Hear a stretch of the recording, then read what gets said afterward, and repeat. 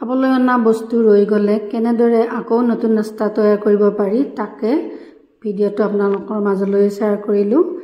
এয়া আলুখিনি বইল কৰিলোঁ, লগতে পিঁয়াজ আৰু জলকীয়া আটাখিনি মই ইয়াতে লৈ ল'লোঁ আৰু আলুখিনি মই ধুনীয়াকৈ সানি লৈছিলোঁ।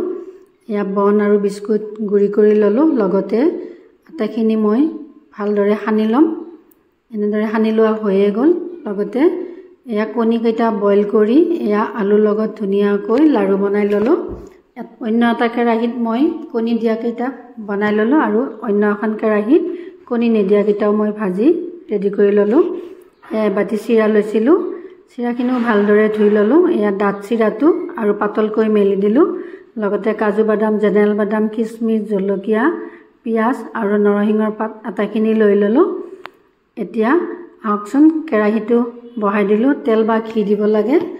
এচামুচ ডাঙৰকৈ এচামুচ দিছিলোঁ। লগতে মই আটাইখিনি এয়া ভাজি ল'ম। এনেদৰে মই কিছু সময় লৰাই দিয়াৰ পিছত হৈয়ে গ'ল। এয়া অকণমান সৰিয়হ দিলোঁ আৰু লগতে চিৰাখিনিও মই ঢালি দিলোঁ। এয়া ভালদৰে লৰাই থাকিব লাগিব কিছু সময়।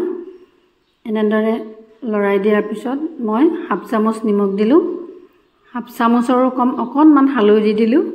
এনেদৰে মই ভালদৰে মিহলি কৰি ল'লোঁ আটাখিনি।